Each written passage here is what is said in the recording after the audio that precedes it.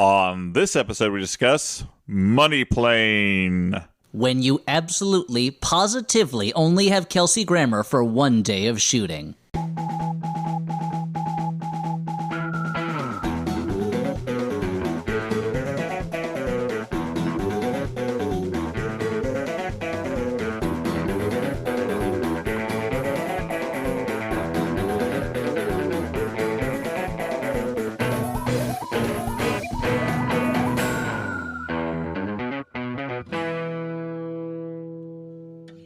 Hey everyone, welcome to the Flophouse. I'm Dan McCoy. Oh, hey there, I'm Stuart Wellington. Elliot Kalin's here, and our special guest this week is Nobody. Uh-huh. Mr. Nobody from the Doom Patrol TV show? Exactly, all wrapped up in bandages and all that stuff. In the TV show, he won't be talking. Yeah, in the TV show, he looks more like, kind of like a weird, like, Tron thing. It's pretty awesome, and it's got part of Alan Tudyk's face, so thumbs up. Oh, so which character am I thinking of? I think you're thinking of, oh man, what's that guy's name that looks like an Invisible Man type? Yeah. I don't remember. I haven't seen the I've only show. started watching the show. I only haven't seen the show, and it's been a long time since I read the comic books. Uh-huh. But they cast Matt Bomer as that guy, and you're like, when you got a face like that, you're wasting it under all that bandages. But whatever, you know, white collar, etc. I'm thinking of Negative Man. That's what I'm thinking of. Okay. Yeah. Hey, so on this podcast, we watch a bad movie and then we talk about it. Yep. And we are entering the holiday section of our Flophouse calendar year, where we have a bunch of semi-arbitrary, theme months and days and such. And this is Smallvember, as it's actually called. Where we watch smaller movies. And this year, we're going to watch a couple that aren't, like, super small the way we sometimes do, but they are definitely sort of dumped to video-style movies. Yeah. This is Smallvember Battle of the Stars. That's right. We're going to be watching Smallvember movies that happen to land a well-known name or names in them. So that we're not going to have any Loves on a Leash this time. Yep. These movies all have background music and at least a few recognizable faces. And this movie has a ton of recognizable faces, even if Thomas Jane's face, for some reason, is not... I could not recognize him. I love it. I couldn't recognize Joey Lawrence, I'll tell you that. He's changed a lot. Because he's a chameleon. I mean, the last time you saw him was on Blossom, too. When you realized it was Joey Lawrence, I think you said, whoa. You asked yourself, how did they get Joey Lawrence? And the immediate answer is because his brother directed the movie, and that's why there's another Lawrence brother also in it. But it's an all-star cast for a Smallvember movie. It's one of those things where you gotta build a movie around a wrestler. So how are you going to do it? Well, you're going to have to make him the greatest con artist, heist artist in the history of the world. You're going to have to make him sit down for most of the movie.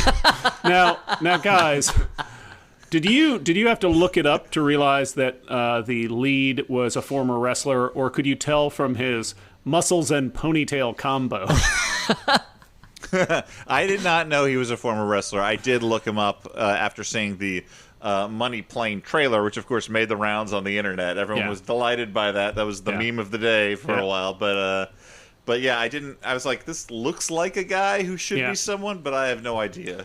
Yeah, I think he wrestled under the nom de wrestle of Edge, which I'm guessing is some kind of guitar-playing fellow.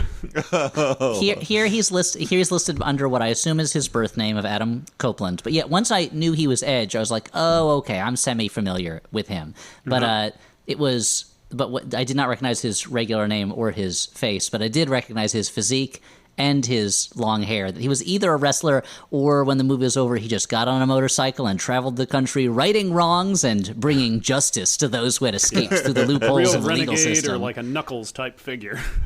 Yeah, like Knuckles from the Sonic games, exactly, yeah. Is that what Knuckles does? He rides a motorcycle across the country bringing justice? I mean, in all the drawings I make, yes.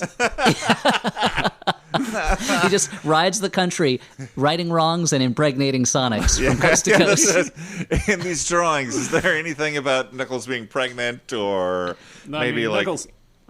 Knuckles isn't pregnant. He's more like a Johnny Appleseed type figure. So he's always leaving little Knuckles, half Knuckles impregnating behind. Others. That's why I've seen so many pregnant Garfields on the internet as well.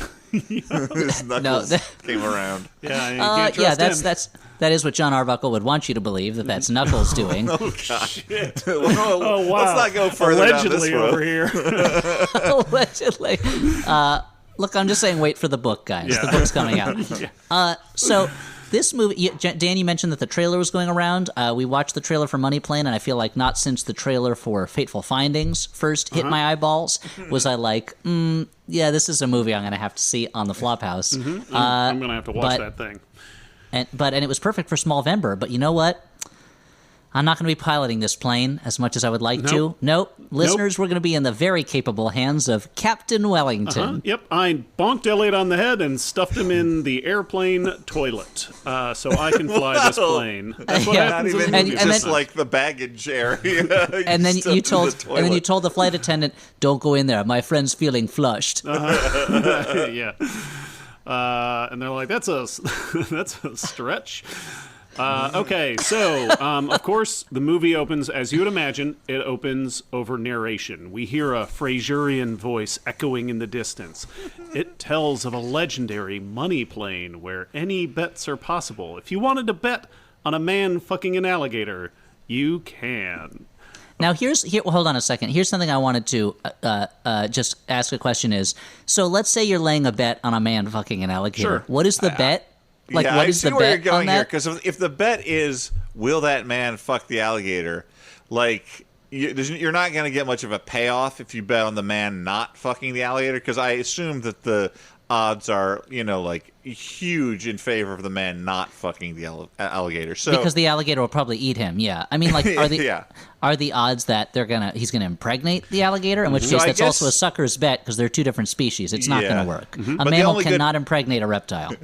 It seems like the only good play here is to place a small bet on the man and the alligator having coitus. Yep. And then, like, it's something you can afford to lose, but it'll pay off big if it happens. But that's my tip to you. Oh, yeah. Danny the Greek. Yeah, you can usually see Dan at the New Jersey racetracks that have recently reopened. He's there on the weekends. Giving hot tips on cross-species events. Yep, he's taking out his racing forms from the brim of his cap, and he's occasionally ripping them up in anger, and then having to go explain things to somebody over the phone.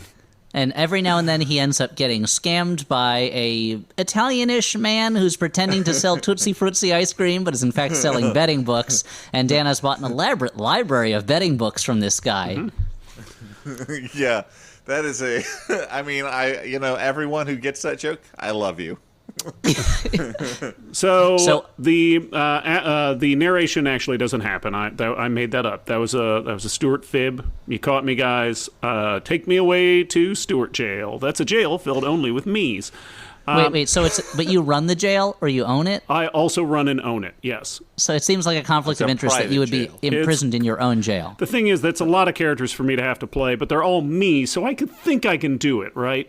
Is it like an undercover boss situation? It is like an underground boss situation. Thank you, Dan, for pointing that out. Well, and that's the thing, is that it's all about me just kind of figuring out that the people who work for me, who are also me, that they have, they're fully realized characters. They have well-rounded lives, and you know what? They need the support of a boss who is also me. So we go, the movie opens on... who are the customers? Who's the customers? Customers at a prison. I guess that's a modern take on prisons. That is the prison industrial complex we live in. Those customers, as I think you've already guessed, also me. So we go, the movie opens on a con or a grift. It's media res, like usual, where we have... I think you would call this a heist. Yep, so it's a heist, yep. So it's a heist happening at what appears to be an art museum, although the exteriors look like a warehouse, right?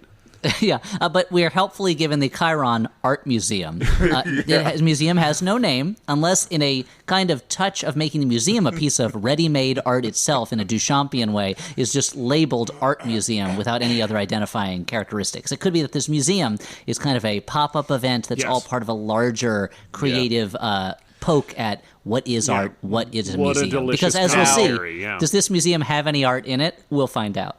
Now, Stuart, I want to ask you a question right off the bat. Sure, now, I'm on it. In a heist movie, this first scene where we, learn who the team is, and see them pull a job, like that heist must be amazing with a lot of like ins and outs, just to show you how cool these guys are, and like with a lot of style, Well, Dan, you're right. So we're introduced to our three very stylish. Three or four? I guess four very stylish members of a team. Four, but one of them is kind of a junior member, as we'll see. Yeah, I guess. So thanks for clarifying, Elliot. The leader is Jack Reese. Obviously heir to the Reese's fortune. And I'm guessing this happens before he meets up with Cole and Macon and starts working for the Hellfire Club. Yep, and they eventually become the Reaver. No, they become the Lady Deathstroke's. They're the Reavers, right? Yeah, the backup guys. Yeah. Yep, okay, and it's Lady Deathstrike. Deathstroke is Lady. Wait, right? Lady Deathstroke, I guess, is Deathstroke the Terminator's wife. What I was going to suggest. It is Lady Deathstrike. I imagine if I called her that, she would be very upset, and she would have to speak to my manager. Is she the one that has like Wolverine fingernails? Yeah, she's got super long, sharp talons, and kind of like, and she has circuitry around her boobs, and she wears a kind of samurai type vest. Okay, yeah. That's Lady Deathstrike. Right, I'm seeing her. And her father pioneered the procedure that grafted the adamantium to Wolverine's bones, right? Yes. But he died in a suicide attempt on a run on a U.S. aircraft carrier or something during World War II. That I don't remember. I thought her dad's not Donald Pierce. Or was that someone else? I think that's someone else. If I actually got this right and Elliot got it wrong, man, I can't wait to do a victory. Anyway, money plane. Just right in. Well, the important thing is that Lady Deathstroke runs a small shop in their home. It's it's the kind of place that sells kind of novelty bags and like funny T-shirts and little toys and stuff. And it doesn't make money, but Deathstroke the Terminator just loves that she. That she's got this entrepreneurial spirit, and he wants to encourage that. Well, and that's the thing. During quarantine, it actually became the primary source of income for their household right now, because Deathstroke can't go out there and kill people. How could he do that? No, he's got to socially distance. Yeah, that's true. He can't fly, even though he does wear a mask all the time. He does wear a mask all the time. Okay, so... of course, so we have our point man, Jack Reese. We have his other team members. We have a tech support guy, Trey, who is also kind of constantly befuddled and nervous. We have Izzy, who is played to a T by our writer-director, Andrew Lawrence of the Lawrence dynasty. And we have Isabella, who is a martial arts expert murderer lady. She's the muscle, and she's your badass lady assassin. Yep. So they are breaking into this art museum to steal a painting, but when they get there, they realize the painting is already gone. It's been a double cross. These guys all have machine guns, but they get knocked out with one flashbang, and then Isabella's punches and kicks. They steal a gun and shoot a bunch of people. Then. Yeah, I just wanted to say this is. I, of course, was being ironic earlier when I said that they would start this heist movie with a really fancy heist. The heist seems to be that the tech guy has cloned an access badge, and he seems to be doing it in a very weird way, where he's like hacking into the system while the guy's trying to walk in, rather than just magnetizing a strip with the right access or whatever. Doing it the day before. Yeah, but so there's a bit of a tension where he can't get in, and then he basically just they try and walk out with the painting. There's no real heist to this. Well, they go in and the painting's not there. That was plan and so A. there's the extra little stroke where they had tapped into the security camera that showed that the painting was there, but in reality the painting's not there. So part of the double cross is that their hack of the security camera hasn't been hacked, and it's totally unnecessary. There's no reason that they couldn't just have the guy walk in and say, hey, the painting's not here. The whole security camera thing is a waste of time. Yep. So I'm glad I mentioned it. So we then, of course, we fall back on plan B, which is, I guess they just start shooting the security guards who are shooting back at them. But it is like, I think these guys are just doing their job. They're not villains. They work at an art museum, right? Well, these guys are the these heist guys are kind of the Michael Moore of bandits, where their real issue is with the thing they're heisting.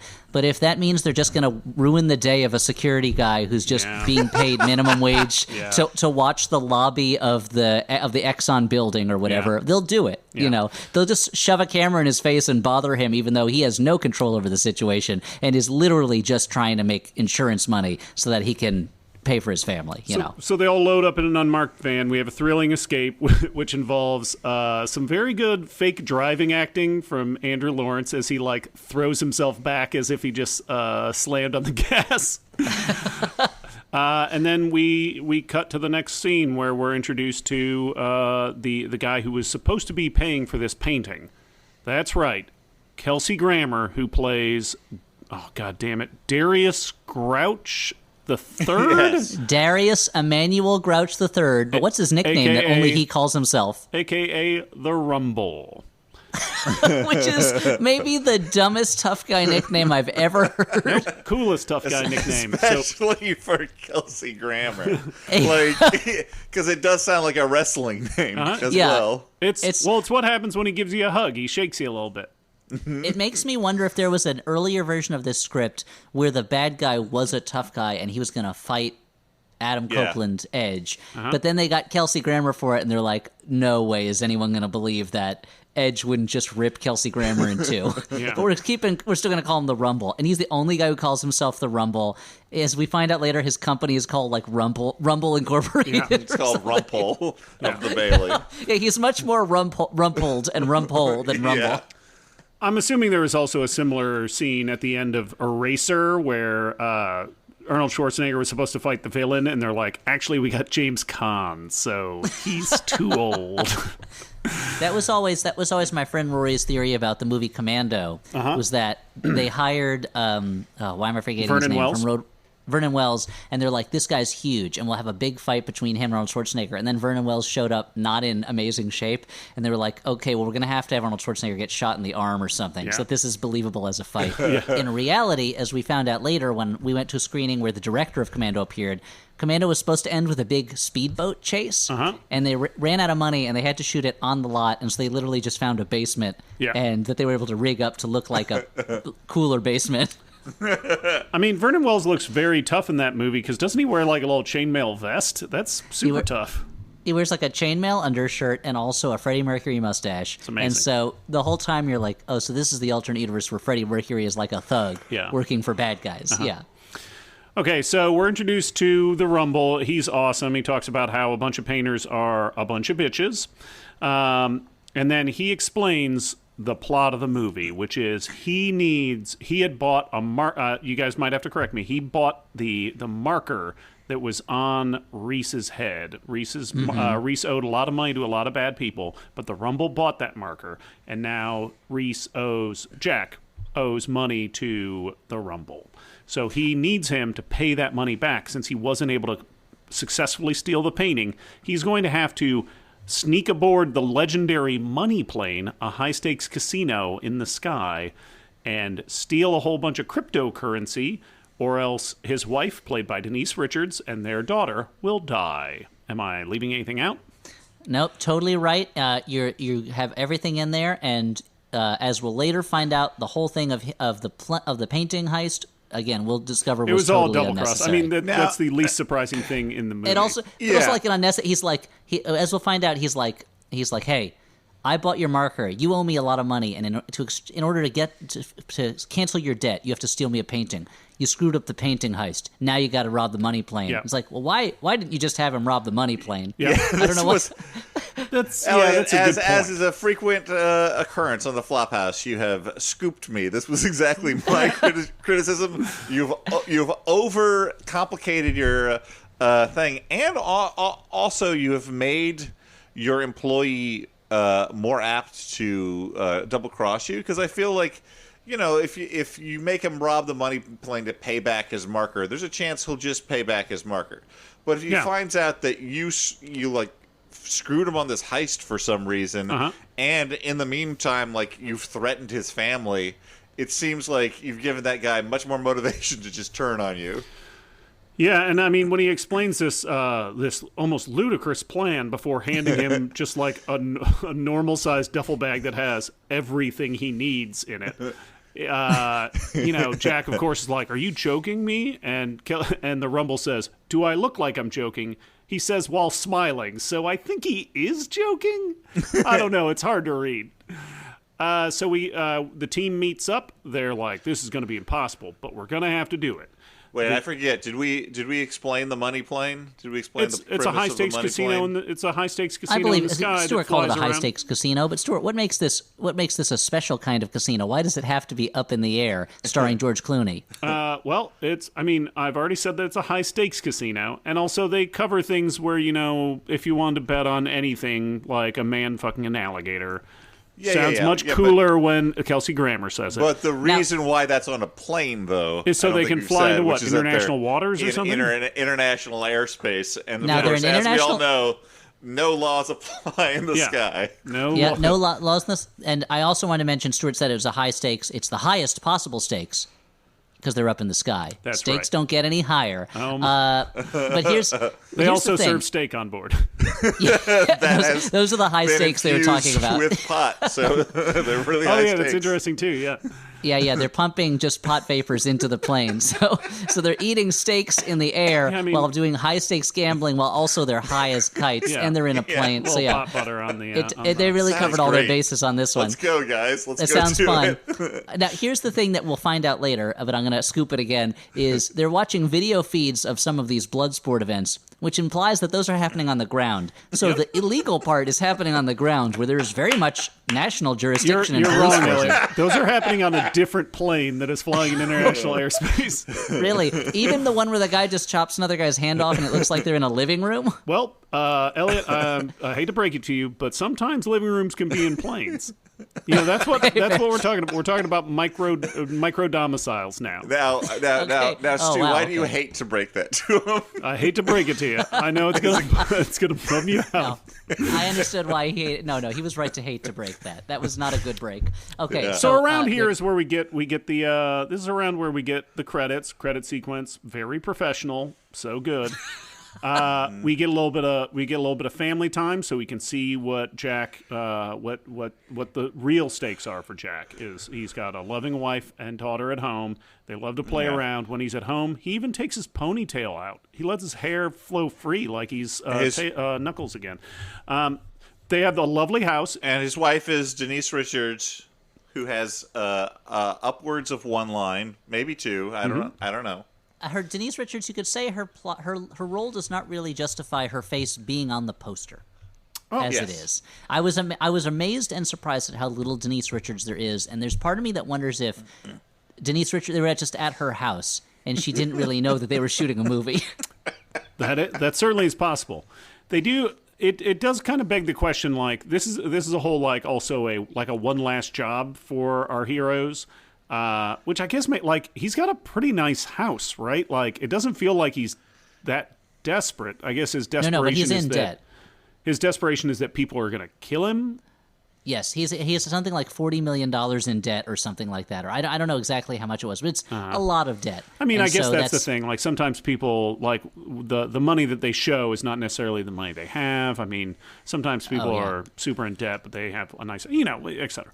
It's one of those houses where it's a really nice house, but they've only got like 2 or 3 rooms with furniture in it. Mm-hmm. Like the rest are all empty because they really can't afford that house. Now, doing some research, I saw the producer of this movie, as Richard Switzer. He had worked with Denise Richards before, which makes me think that he was calling in a favor from an old buddy, possibly. But I also learned that in 2016, he produced a movie called Arlo the Burping Pig, which was another Joey Lawrence vehicle.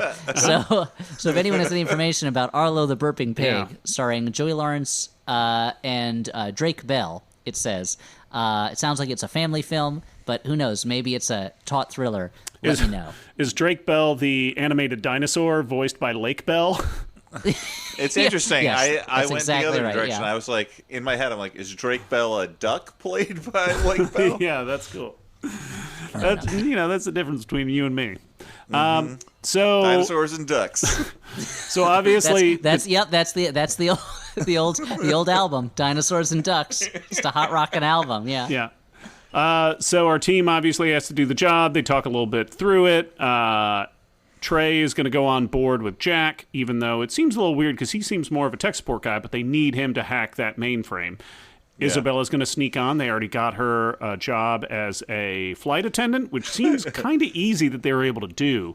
They talk about the plan, which basically the plan they talk about is exactly what's going to happen. It's kind of like the opening painting in the movie Midsummer. Yeah. If you pay attention to it, you're not going to be surprised. Yeah, a couple of problems with this plan. Number one is the thing that Stuart said, which is that traditionally in a heist movie, they lay out the plan in great detail, and then the suspense comes when the small things start going wrong and they have to improvise. That is a very traditional heist model, and again, as Stuart said, it all goes down as he says. But number two, the plan seems to essentially just be, we'll create a distraction, everyone sneaks to the place where they need to be and does their thing, and then heist over. Well, there's certain things about the plot that plan that, I mean, and we should talk about how easy it is for them to get Isabella a job as a flight attendant, even though they don't know her. None of the other flight attendants know her, and it's not even like she's taking the place of a sick flight attendant. She just boards like a passenger and just is wearing a flight attendant uniform. But we should mention that a big part of the plot is Jack having to knock out the pilots and take control of the plane. Still not sure why they needed to do that. Yeah, I mean, well, I think they're in international airspace. I think it's to take them back to where they can parachute out. That's the only thing I can think of. But it seems weird for the leader of the heist and a guy who's super tough, like a real brawler, for him to just sequester himself in the cockpit for most of the plot. Mm-hmm. Not really being involved in the heist. Narratively, it makes no sense. By the way, I also want to go back to what you said about her coming on just as a passenger, although dressed as a flight attendant. There's the traditional thing at the door where they're like, "I'm sorry, I'm afraid you're going to have to leave your weapons here," and she takes out 2 guns, and I'm like, so. Isn't it weird that the flight attendant was going to come on the money plane with 2 guns? Yeah, that onboarding area, it basically looks like the entrance to fucking True Dungeon, where they're putting all their weapons in like a giant like treasure chest. Yeah. And there's that like kind of thing where all the walls are made with just like draped curtains. Yes. Yeah. I think that's why, honestly, a lot of like low budget movies are set on planes, because you can do so much just by putting a curtain somewhere. Yeah. And now Jack goes on, and what's Trey's nom de plume that he's going under to get onto this plane? Mr. McGillicuddy, of course. No first name given, just Mr. McGillicuddy. So fucking funny. That's the thing. If you are writing a serious action movie, you need to put in jokes like Mr. McGillicuddy. And everyone refers to him as Mr. McGillicuddy constantly. With the deadest of deadpan looks. And he never seems to remember that that's his name. Yep. But it's so fun. It's so fun. So before we get there, we got to say that, Jack's got a little insurance policy on the ground. And I think that's one of the best insurance policies, certainly the one that I would invest my money in. That's right, Thomas Jane. Tom Jane shows up at his house. I guess they have some kind of a history together, former special forces or something. By the way, Tom Jane is sneaking into the house with his gun drawn, and the wrestler comes down with his gun drawn too, and like our lead is like, "Shit, I almost shot you," and he's like, "I almost shot you." I'm like, well, Tom Jane, you're the one coming into your friend's house in the middle of the night. Why do you have your gun drawn? It is a scene designed to create suspense in the viewer, but it is dumb suspense because you're like, who's breaking into his house? Oh, it's his old friend who was supposed to be there. So why didn't you just go to the front door and be like, hey, I'm here? His old friend, who I assume was going to betray him because it's Thomas Jane. He's an old friend of the lead, but. we find out he's true blue. I also love the idea that Tom Jane would show up and he's like, just keeping you honest, just keeping your skills sharp. So they sit down and Tom Jane smokes a pipe and he, like you expect him to do. And he basically just shows up so he can explain to our hero that our hero is cool and tough and has a long history and owes people money, yada, yada, yada. Yeah, it's literally a conversation of two people saying back and forth things that they already know about one another. Yeah. And that we already know a lot of it. Yeah.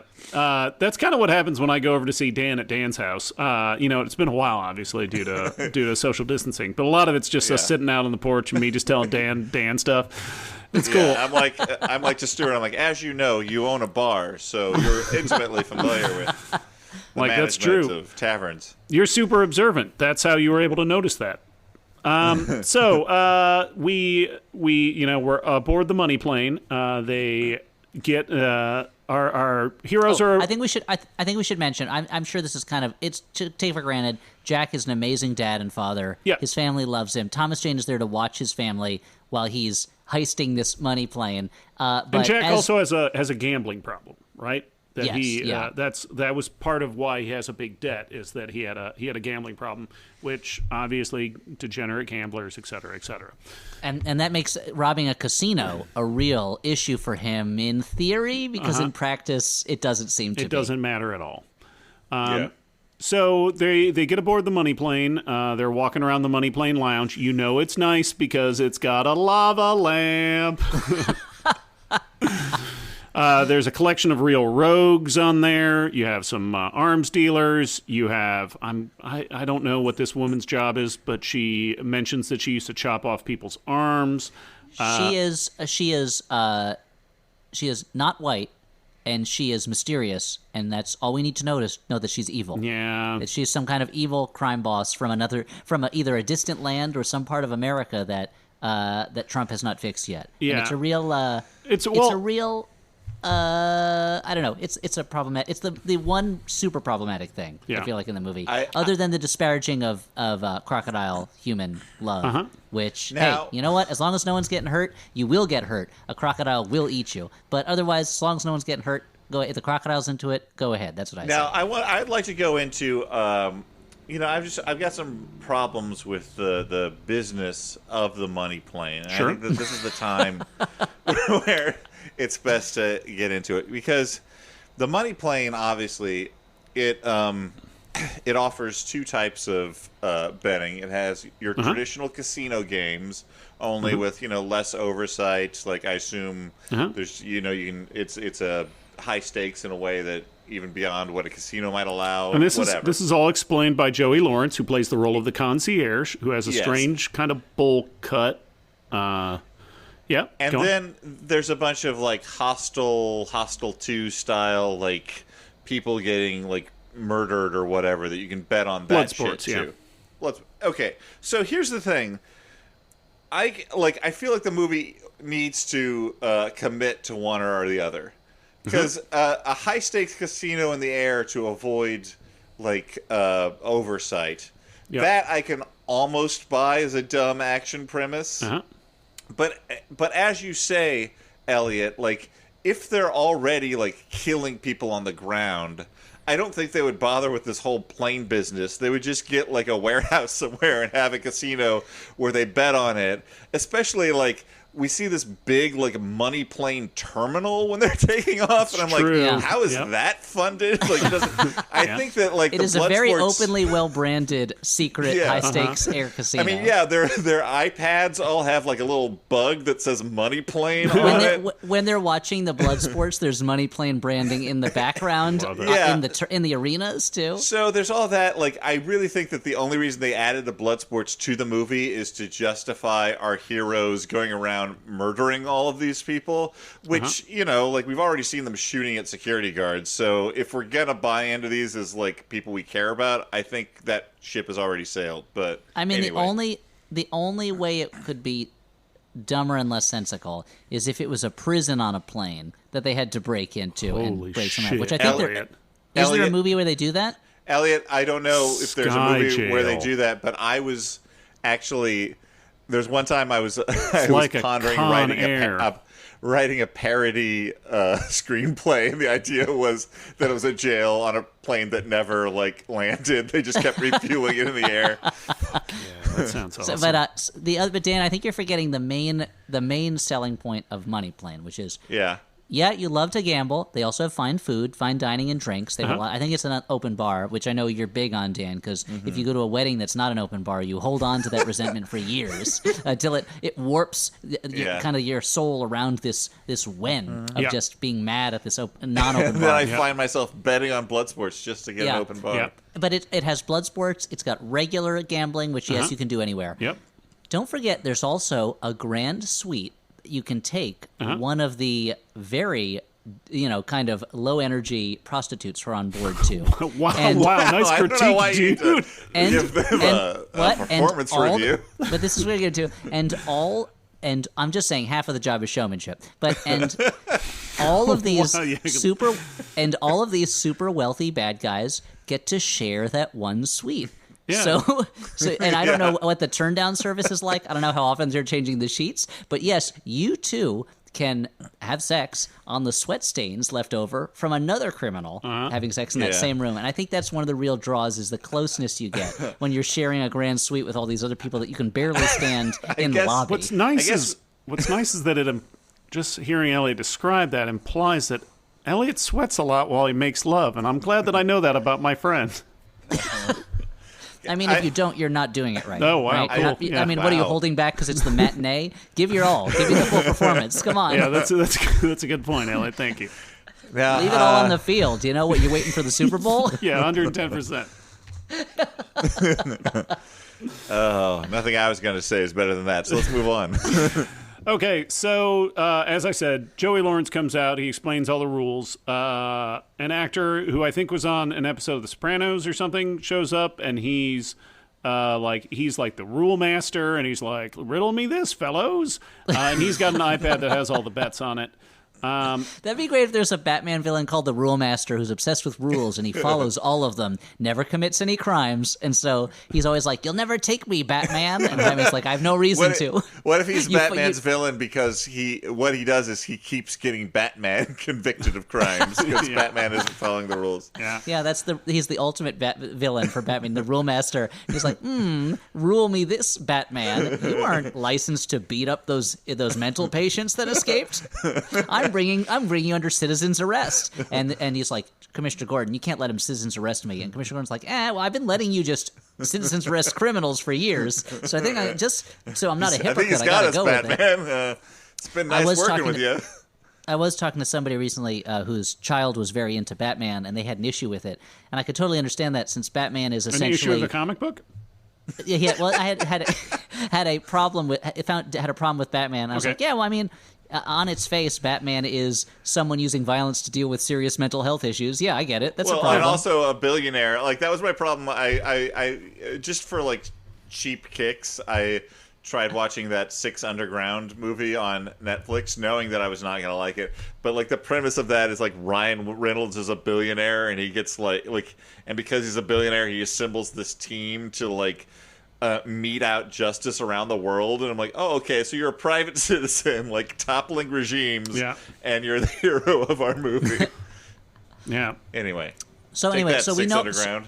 So I think we've established why the Money Plane is where you should take your next vacation when the pandemic is over. So we get this action started. We have a game of pretty traditional Texas Hold'em. Where a bunch of people are playing cards. Jack sits down. He talks a little shit with this evil guy who's an arms dealer, and we find out that Jack's cover is a dead human trafficker, which is weird. And it feels... Are you going to mention Matthew Lawrence's role as the cowboy? He does. I guess he shows up during the game, right? Matthew Lawrence shows up playing a Texas cowboy guy. Of course, Texas Hold'em. Of course, he's there to play. And he plays this, let's say he plays this character fairly broadly. Yeah. And he plays it with like a mustache he got from like a Ricky's. Yep. No costume budget, too small. So they play this game of Texas Hold'em. It kind of feels like this scene was shot and edited by somebody who has heard of Texas Hold'em, and they shoot the whole thing with like a pulsing synth soundtrack, and you're like, I guess this is supposed to be exciting. I don't quite know what's going on. Like, they don't really indicate what's happening until one person wins. After one round of poker, Jack has had too much. He transfers all his funds to his associate, Mr. McGillicuddy, who's actually Trey. And then Trey is going to play for him. Trey plays and, of course, wins a whole bunch of money. And everybody's starting to think this Mr. McGillicuddy is more than what he seems. Although they don't actually... I mean, they just think he's really lucky or something.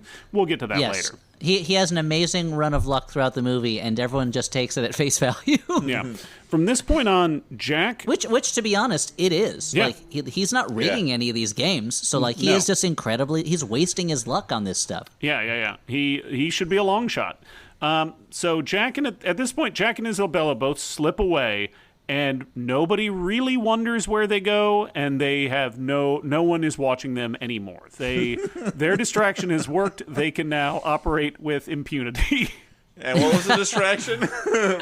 I guess the distraction was he lost a game of poker. I would have been very distracted by that if someone I didn't know lost a game of poker. I think what they did was they left their goofy friend, Mr. with a funny name, Mr. once again, hilarious. They leave Mr. McGillicuddy there, and everybody's so taken with him that they don't pay attention to his beefier companion. So Isabella sneaks away. She finds a secret stash, and then one of the creepy arms dealer guys starts to stalk her, and they talk shit. Trey, under the guise of Mr. McGillicuddy, is forced into playing a game of Russian roulette with Matthew Lawrence. Now, here's something where they really never explain to her what the game is that he's about to... They never explain what the game is that he's about to play. And I feel like that is not a casino not doing its job properly. Yeah. If they're like, hey, you want to bet on a game? Yeah, sure, I love games. Okay, everybody get ready. You ready to bet? Sure. How much are you going to bet? This much, I guess? Okay, here it is. It's Russian roulette. And he's like, well, can I leave? No, you can't do that. The thing about Russian roulette being the game is that feels like counter to everything that casinos are built on. Like, casinos are like, we need to keep you betting it at the table as long as possible. Fuck, you can smoke, you can do whatever the fuck. You want free booze? Here's the free booze. Just keep betting. We need you to do that. And I feel like the idea of like, no, just die seems wrong. Like, you can't bet if you're a ghost, or can you? I wish listeners could see the way Stuart put his fingers to his chin and looked off into the distance. So some sort of ghost casino is what you're conjuring right now. Yep, that's what I was conjuring with my necromancy. I think it's a better business model than a money play. But harsh words. But we'll check the box office when I write my screenplay for Ghost Casino. Okay, so Jack and Isabella beat up the pilots. Jack fights one of the pilots for an extraordinarily long time, and then he takes the stick. Yeah, go on. Doesn't he then there's the co-pilot? Is it's or later? No, so they knock out the first pilot with a single punch. The first pilot gets knocked out quick, and then he has to fight the co-pilot for a little bit.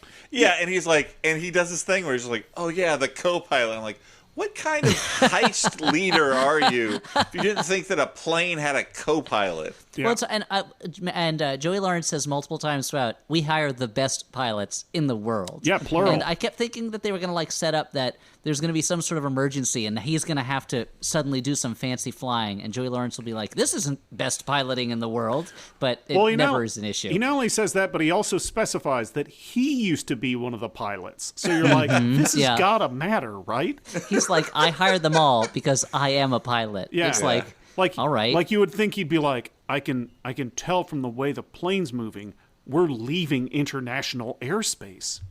But no, I wonder if that's just there so that people don't ask the question, hey, when the good guys parachute out and leave no pilots flying the plane, is everyone on board going to die? Yeah. That you just know that Joey Lawrence can go in and take over. Or the idea that they're like, I think it's important that you establish the corporate structure of the money plane and how one can advance within that corporate structure. He's like, in case anyone is wondering, this is not the kind of company where you are pigeonholed. I was a pilot, one of the best in the world, yes, but I wanted more. I needed the actual flying wasn't really interesting to me. I wanted to get into management, and Money Plane provided me with the opportunities: management training, a fast track. Yep. And yes, was it a little bit that I got along with the bosses? I'm sure. Did I have some advantages in being, let's face it, brothers with cis a hetero scriptwriter? White man, and also brothers with a scriptwriter and director? Yes. But in the end, Money Plane gave me, this is a recruitment video for Money Plane. They show at colleges to get people to apply for jobs at Money Plane. Maybe even you too, your career can blossom. Oh, nice. Then he puts on sunglasses. I was just gonna say that's the ironic thing about Money Plane is they kill all these people, but it is a really sort of forward thinking workers first environment. It's a good company, an ethical company otherwise. Mm-hmm. Oh yeah, I mean it's an employee owned company. We have to assume, since we never see anybody else who's involved with it at all. Yeah, that's true. Which makes it even stranger that they would just let a flight attendant on that they've never met before and so they just be part of the staff that day. So after beating up the pilots and stuffing them in a toilet... Wait, unless they think it's an undercover boss scenario and they're like, we've never seen the mysterious owner, J.R. Money Plane. Mm-hmm. Perhaps this flight attendant we've never met is the boss in disguise as a flight attendant to see how we do. Everybody, extra good today. Be on your toes. That might be our boss that you're working with. That could be what's going on. I mean, I can only assume they expected Matthew Lawrence's character to be the undercover boss, because that's like an undercover boss level costume he's wearing. His droopy fake mustache and his big cowboy hat. Yeah, his like Yosemite Sam cosplay. I think they probably knew it was not an undercover boss scenario when he killed himself. Well, I mean, a real undercover boss is going to take it to the next level. Yeah, we didn't get to the roulette. What happened? I guess. Oh yeah, at the end of Russian roulette, we didn't talk about. There's a big argument about who's going to shoot first, and Mr. McGillicuddy is really hemming and hawing and stalling. Wow, and you're like, oh man, shit or get off the pot, guy. Yeah, and that's basically what the cowboy says, and he says, "Fine, I'll do it." And with the first hit, takes his own life in this game. And honestly, this was kind of a funny scene. Them just pushing the gun back and forth, and him finally getting impatient and blowing his brains out right away. And in so much as I liked any of Money Plane, like sort of genuinely rather than ironically, I kind of did appreciate the McGillicuddy storyline, which is just, escalating horrifying blood sports that he keeps winning money on, and him being super uncomfortable with that. I would have loved if they made more of an effort to like play that the humor angle of that up, but they did not. No. So Jack takes over control. He sets up his little laptop, and he's talking with his team over earpieces, which is pretty funny because like they're all on a plane together, and they're all like pretty clearly talking into an earpiece. Nobody seems to care. And then he gives his old pal the Rumble a FaceTime call. They talk some shit. It's great. There's a thing where he's like, we need code names. We shouldn't call each other by our names. And for some reason, this guy who calls himself the Rumble does not take the Rumble as his code name. Yeah, if somebody Googled the Rumble, they'd find him. So he had to come up with a different name, the Colonel. Okay, so Trey gets pulled into betting into more of these blood sports. There's like a man versus a cobra. A guy chops off a guy's arm. I don't quite know what the bet was there. Maybe how long he was going to take him to do it. That was the weird thing. It was almost like which one of them is going to crack first and chop off the other one's arm, but it doesn't. I couldn't tell. And when after he does it, he looks at the camera like, "Yeah, I did it. Okay." Like it's very hard to tell what the event is. I wonder if he is getting paid or offered money, and they're seeing how much money it'll take him to crack and chop off his friend's arm. I don't know. Oh, possibly, maybe, yeah. There's piranhas eating a guy, all kinds of stuff. And McGillicuddy, he just can't stop winning. He wins everything. And people are starting to get a little bit annoyed by this. Yeah. Specifically that arms dealer that we met before. The arms dealer who already has an antagonistic relationship with our heroes. Okay, so Isabella and gets... the arms... Wait, I would like to mention, a special mention to the arms dealer's best friend, a guy who is, I guess, supposed to be like his muscle thug, but he looks like somebody's kind of deadbeat uncle from Miami. Yep. Who is just like coming up to visit for a family reunion, and everybody's like, okay, all right, okay, Gary's here. He seems... Okay, everybody just like, let's just hope Gary doesn't make a big scene. Who do you bring with him? Okay, yeah, it's the lady from the rental car place. Okay, he wanted to make it seem like he has a relationship in his life, so he just picked up the lady from the rental car place and brought her here. Okay, is he staying somewhere? He's staying in the car. Oh, okay, well, that's, all right, well, Makes that's Gary. sense. I mean, it's making the most out of his time. But this guy just looks like a total sleazy loser. And but I think he's supposed to be like a tough guy. very eager for violence to break out. Like, he seems like he's really aggressive. But when he actually has to start fighting, well, it doesn't look like he's ever fought before in his life. Cool. So... it's almost like you kind of are waiting for the twist where it turns out that this arms dealer and his friend are also two guys who tricked their way onto the money plane. And they thought it would be a cool bachelor party story, but they're way in over their heads, you know? Yeah, that'd be a great side and then story. It turns out all the other criminals were also people who got there under false pretenses, and the concierge is like, is anyone actually here for the money plane? Yep. Guys, are there any That's genuine a very money Tales plane from the criminals? Mos Eisley money plane. Guys, I just figured out a way I think that this movie would work better, and I think it's because they're so close to being there already. Like these heisters like come off as like a real group of like goofballs, kind of unprepared goofballs, and I think it'd be much more fun to watch like a heist movie where it's like the underdogs do a heist. Like the underdogs have to do this money plane heist. So it's like Animal House meets Money Plane? Yeah, but without all the gross shit. stuff, yeah. Yeah. Or like the Big Green meets Money Plane, like they're kids, Yeah. like they're the Yeah, underdog, exactly. or Little Like Giants. kid Little heist. Giants meets Money Plane. Sandlot Exactly. meets money plane. The Sandlot Yeah. meets Money Plane, or like Five Goes West meets Money Plane. perfect. You know, Yeah. nobody expects these cartoon mice to be able to pull off a heist from the Money Exactly. Plane. I wouldn't count Yeah. them out. It's like Finding Nemo meets Money Plane. Like Nemo's got to get into the fish tank on the plane, but once Yeah. there, how's he going to get out of the tank and steal all that cryptocurrency? $1 billion in cryptocurrency, you know? So while she's wandering around looking for the mainframe, Isabella gets surprised by some kind of hired goon. She gets some Southern rock put on the playlist, and then she beats up the goon and rips off his ears and tosses his body in the toilet again.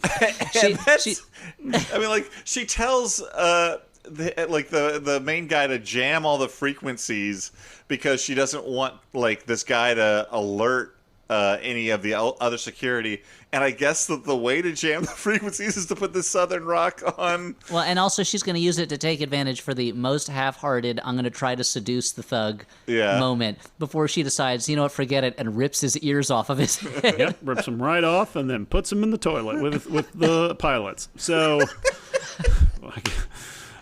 So we find out from Tom Jane, who gives them a phone call, and once again, I got to say, the reception on the money plane is fucking incredible.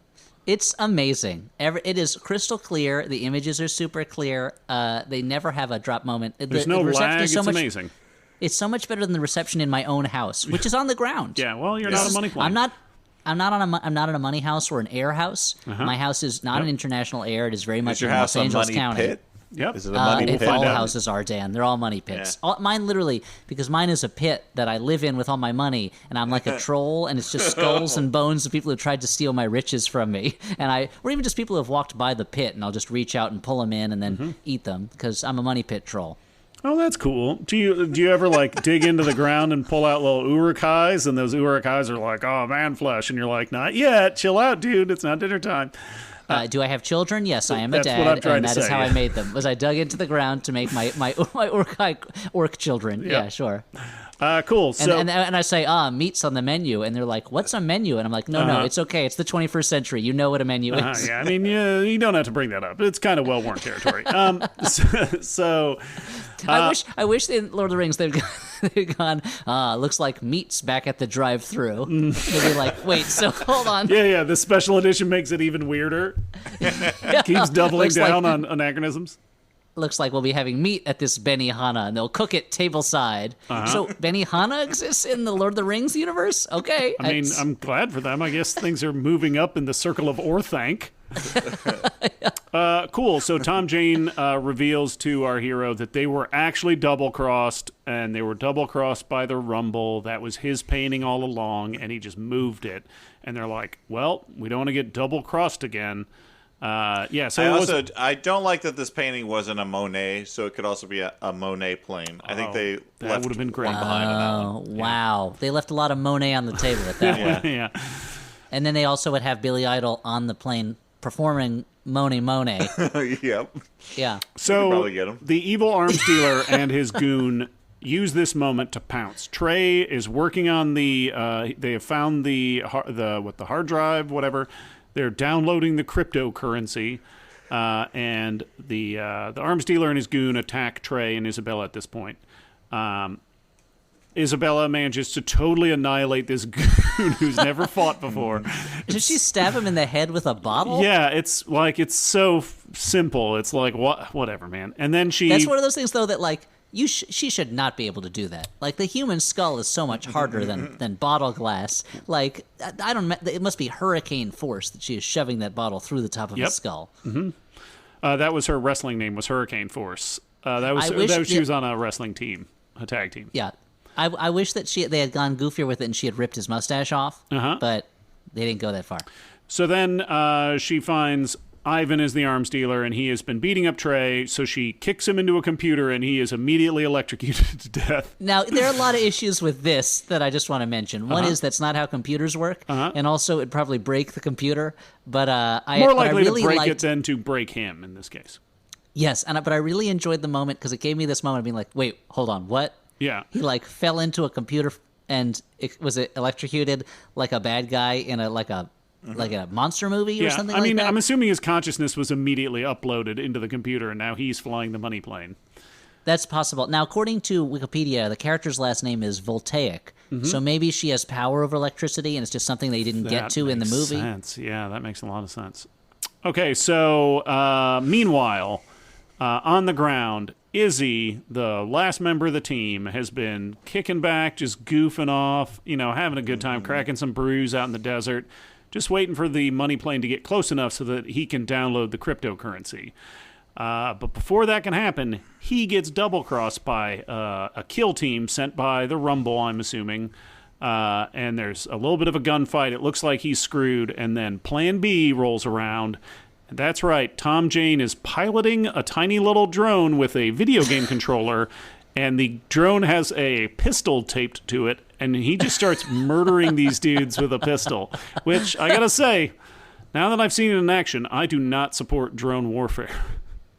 Yeah, because it's really boring. Yeah. It's very boring. I feel like killing Izzy at this point is a bad double-cross move. Mm-hmm.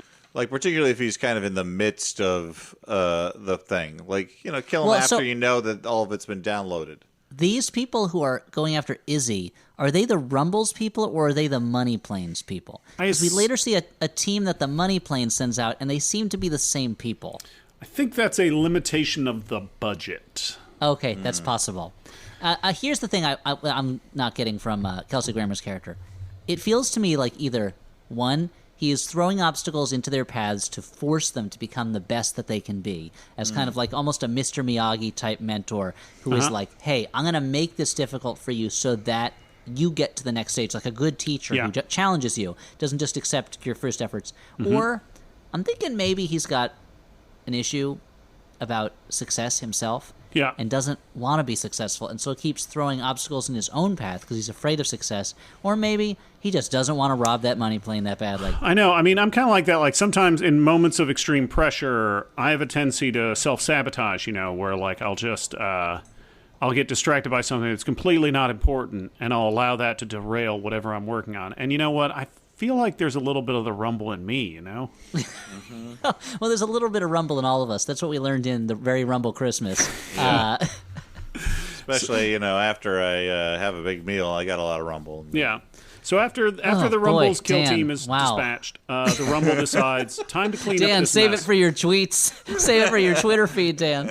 I'm sorry. I was summarizing the plot. Did Dan talk about having to take a shit or something? What's going on? It was heavily implied. Heavily implied some sort of bowel movement or flatulence. It could just be a gas thing. Like, it's not. No, I guess you're right. It could just be the toots. Do you think Kelsey Grammer named himself after the Rumble Pack, the thing you would plug into a Nintendo 64 controller? I can only would, like, shake. Yeah, when Star Fox's ship got hit. Yep. And what's the eagle's name? Who's the eagle that yells at him? I don't remember. Somebody's gonna be probably mad at me on the like internet. Eagle Beagle or something. I don't think that's it. I think I would remember it because it rhymes. Yeah, and then maybe it's like Commander Jones. It's Richard. like Commander Feathers or like Skyway McGee or something. No, that seems too obvious. It's probably like Pablo. I guess I don't know. That it is. Nintendo does have strange naming conventions. Hold on, let me look it up. It's probably Captain Let me see. Falcon. And no, also baseball players looking have it weird up. names these days. Falcor. Computers processing. Elijah Wood. That's the name of the eagle in Star Fox. Okay, Yeah. well, he can kind of do everything. So Thomas Jane, of course, I use his full name now. Thomas Jane. It's so hard to refer to him and not call him by his full name all the time. Yeah. But you want to call him Tom Jane because like when you see him, you're like, oh yeah, this guy could be my buddy. Yeah. Sure. No, I mean, why not? He brings something very special to this movie. So he is at home making a pasta dinner, and I got to say, not since watching Stanley Tucci make a little pasta dinner at home have I been so hungry and thirsty. Yeah. He puts carrots in it for sweetness, which I don't care for that. Oh no, I'm into it. That's that's like Madam Matheson. No, it's not for sweetness, Dan. That's for eyesight. Oh, okay. Oh, interesting. Yeah, that's to help us, and also because Bugs Bunny is coming over for dinner that night. That's something they cut out of the film. But originally it was like we have to finish this heist in time because Bugs Bunny is coming over for dinner, and I do not want to miss this. Yeah, that's true. I mean, having an animated character in your house alone—that's crazy. So the goons show up. One of the most famous, most talented animated characters. You're right. At all, like even if it was Beaky Buzzard, who was barely in any cartoons, or like Cool Cat, the worst Looney Tunes character, who's just a real piece of shit. Hubie and Birdie might stop by. You don't know. Even Hubie and Birdie, I'd be like, this is amazing. Or like and Johnny so Bravo annoying. shows up, and I'm like, I don't really have a nostalgia for you, but I'm still impressed because you're an animated character. You're a cartoon. Denver the Last Dinosaur shows up and it's just like, meh, meh, meh. And you're like, look, you're a cartoon, so you're blowing my mind. The Biker Mice from Mars, I barely know anything about them. But they're cartoons. It's going to be weird to have them show up. No, you're right. Yeah, it changed things. Let's say it's Oswald the Lucky Rabbit, Yeah. a character that is so boring that Disney has never tried to bring him back in any form, as far as I know. Mean, we all know that was because of a trademark thing. You think Disney couldn't have bought the Oswald? You don't think there wasn't a point where Disney was so rich he could have just bought that Oswald trademark that nobody was doing anything with? I'm reading a biography, and actually, like through a lot of the old Disney studio, there was a lot of financial struggle. They were always kind of on the verge of bankruptcy, even though today we look at many of those early movies as masterpieces. Hi, I'm Dan McCoy. This has been my Disney History Corner. Okay, so Next episode, Dan will tell us about the Black Cauldron. But before any animated characters show up to Tom Jane's house, a bunch of goons show up, and Tom Jane murders And again, all of them very quickly. not the comic book character, the goon. Which No. again would be just be like, hey, it's a comic book character showing up at my house. This is crazy. So our heroes have managed to steal all the money. They're hanging out in the, I guess, cargo hold of the plane. They decide they're gonna. You guys might. I got a little confused here, but I think they decide they're gonna give away all the cryptocurrency to charities, and then they're just gonna give away all the other money, right? They very quickly go. I mean, earlier this is foreshadowed by earlier in the movie.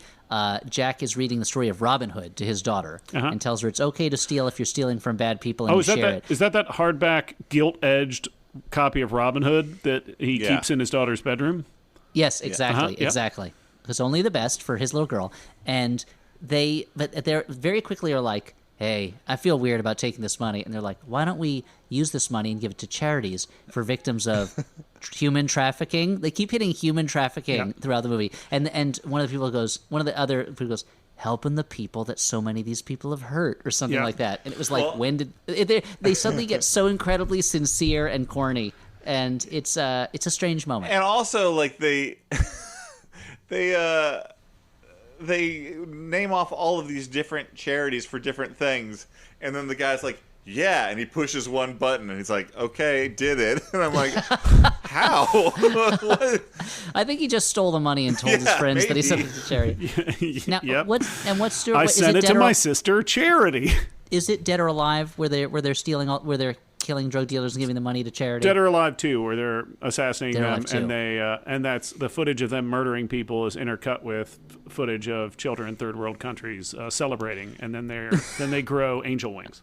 Yeah, and I'm not even sure that this final Robin Hood turn, though, gets me on these people's side, especially considering, I don't think we mentioned it, there was a scene earlier on where the assassin woman, like, smashes a bottle over someone and then stabs him several times in the stomach with the jagged edges, and I'm like, okay, well, like any idea I had of these people being lovable in any way is gone now. She's probably done this before.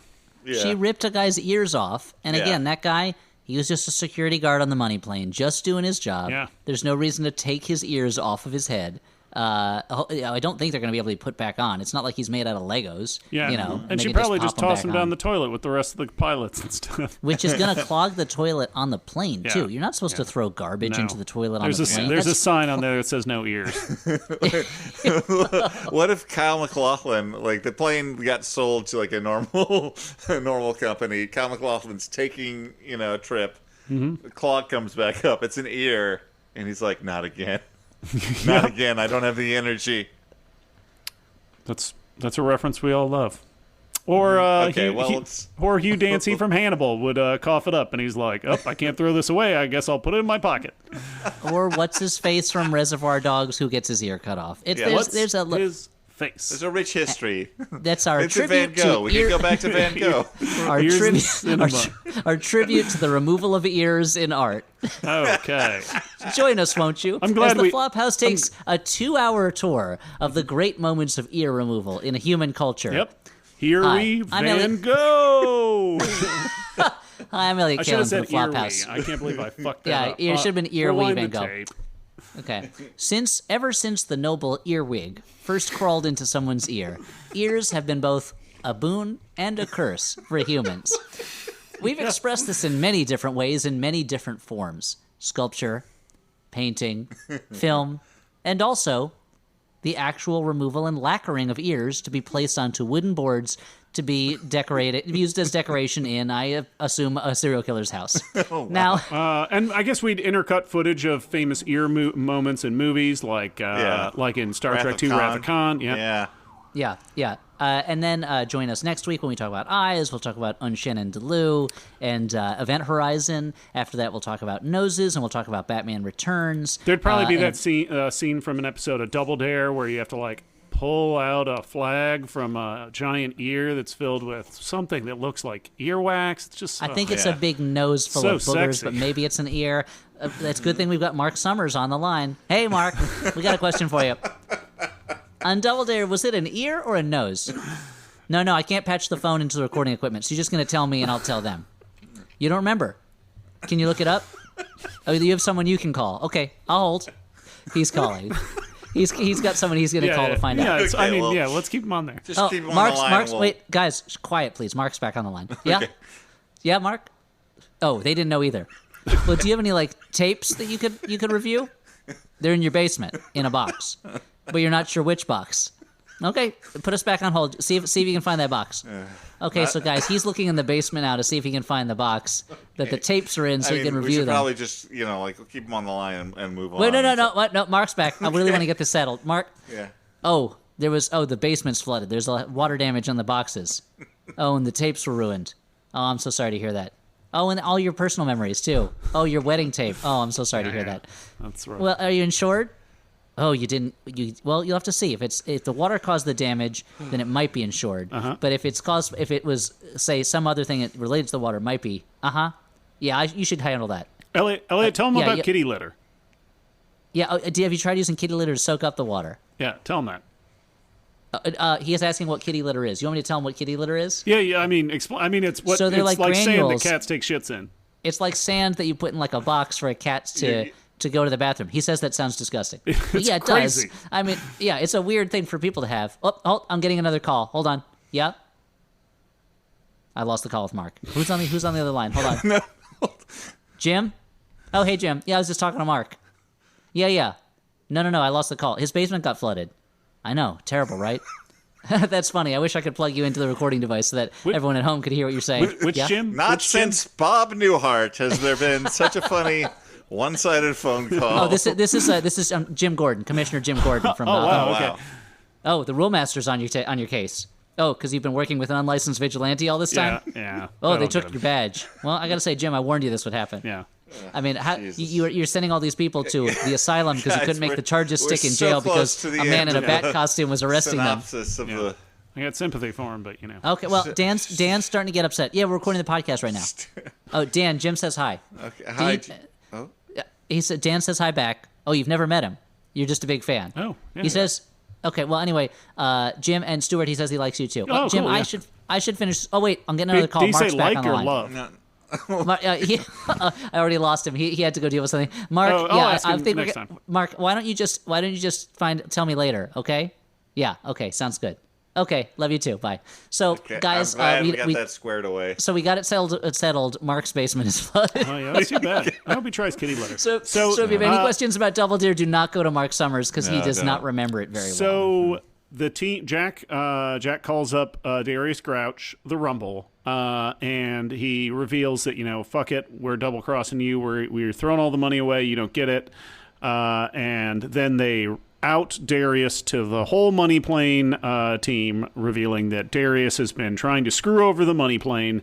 And then they jump out of a plane door with all the money. And the people on the money plane start taking bets as to how long it's going to take Darius Grouch to die. It seems kind of weird that they just hear a recording of somebody talking shit about the money plane, and they're like, I guess we got to kill him. But the money plane's pretty weird. Yeah, I mean, they're not the nicest people on that money plane. That's so. true. Dan, you're speaking truth right there. They are not the nicest people. So we have footage of some Tom goons Hanks driving is not up. on that plane. There's footage of some goons driving up and exiting a car. We're assuming they're going to the Rumble's house. There's no other visual cues. The Rumble shoots his only goon that's still around. He finds out that Jack has bugged his house. And then he picks up a machine gun and shoots it off screen. And that is a movie wrap for Kelsey Grammer. Yeah, does he have a cigar while shooting the automatic rifle, or did I just put that in my head? It's a tough one. I don't remember, but it sounds correct. Yeah. Now, his henchman is named something like P. Roach or something like that, right? Yep. He's like, P. Roach, come on, you can't go. But I guess he's named after the famous detective Hercule P. Roach. Yeah. But there's something band very Papa fun. Roach. Yeah. I can only assume it's short for Papa Roach. He just picks up a gun and starts firing it, and I think you're supposed to assume that the Wetworks team that's taking him out has entered the house. But it could be funny if he's like, I better spray some bullets in here, and then the guys driving up will think I was shot already. Maybe they'll hear it, and they just won't bother to come in the house. Yeah, so they got scooped by a different team. So we assume he's dead. We don't know. We get a couple months later, Chiron on the screen. We find out that they have stolen the painting they were trying to steal in the beginning, and they sold it for a whole lot of money. The end. Everybody's happy. Yippee! Wait, did we mention, Stuart, I can't remember. Did you mention that when he picks up the gun he says, Rumble time? I didn't. He says, welcome to the original Rumble Pack. And then he starts shooting his gun. Cool. So that was Money Plane, guys. And yeah, we get some hot rock music at the end. We're leaving this movie pumped. We walk out of the movie theater. The sun hits our eyes, blinding us briefly. But you know what? Yeah. We're just so happy. We're on a fucking adrenaline rush. We get in our cars. We pop in some tunes into the tape deck. We're like, where's the real Money Plane? Because it seems to me like the real Money Plane was the friends he made along the way. That's true, yeah. Yeah. And we're at 1:25 on this recording. Jesus. Now, we messed around for maybe 10 or 15 minutes at the beginning, so we're even shorter. But, this is the first time we are at approximately the length of the movie we watched, which was, around 80 minutes or something, so... I don't think we fucked around at all. I feel like we were pretty much strict to the plot on this one, but Yeah, I mean, there was. Maybe I spent 10 seconds calling up Mark Summers to find out. But I think everyone would agree that was time well spent. And the advice I usually get from professional podcasters is if you want to increase your listenership, just make your episodes super fucking long. No. Make them super long. If anything, I was complimenting us on not doing something that is longer than the actual movie. I mean, the episode's not done, Dan. That's true. So in the interest of that, let's do final judgments. whether this is a good, bad movie, a bad movie, or a movie you kind of liked. I will make an admission, guys.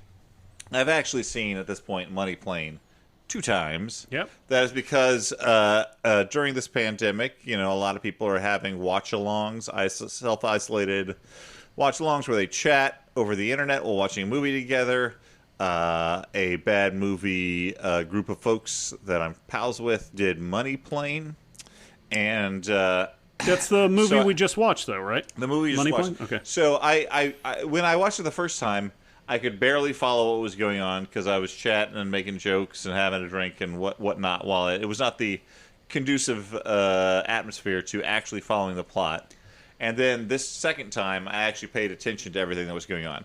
And the second time, I thought the movie was just kind of dumb in ways that annoyed me. But the first time, I had a great time. And that's really the way you should watch a bad movie, is with friends. So I'm going to say that it's probably a good movie to watch with friends, a funny movie. And some bad movies, you think they're funny because they're so totally off in, understanding what a movie is. Sometimes the great thing about it is, every decision is made wrong, and you're like, who thought about this? And, pondering the decisions is what's fun about it. And then sometimes there's movies like Money Plane, which I think, has a dumb enough high-concept premise that it could have been a Hollywood blockbuster if they threw, tens of millions more dollars at it and had a 75% smarter script. Mm-hmm. Or add Kelsey Grammer for a second day. Yeah, so what's kind of funny about a movie like Money Plane is seeing how close it is to something that could be actual entertainment, but how they fuck it up. So I say good bad, I guess, is what I'm saying. Well, it sounds like you're recommending the movie as a good bad watch, but even more that you're recommending Friendship. Mm-hmm. Yeah. Yeah, I'll back you up. I think that's a good bad movie. I think I also have watched it twice. Oh wow! Yeah, because I watched it. I thought we were recording a week earlier, so I watched it last week, and then I'm like, I better review this. My brain doesn't work very well, and my notes are terrible. But yeah, it's a dumb movie. Yeah. I feel like I would also call it a good bad. I feel like the one thing we didn't really get across in our discussion is how cheap the whole movie looks. Very cheap. And how flimsy. And there's a lot of fun to be had enjoying that. It's like the first few minutes in, I was like, oh, right. I haven't seen a movie that looks this cheap in a long time. Yeah. And yet still has some kind of professional gloss to it. So I would also say it's a good bad movie. Take my word with a grain of salt. I've only seen Money Plane once. Yeah. You're a newbie. That's what we call you. Yeah.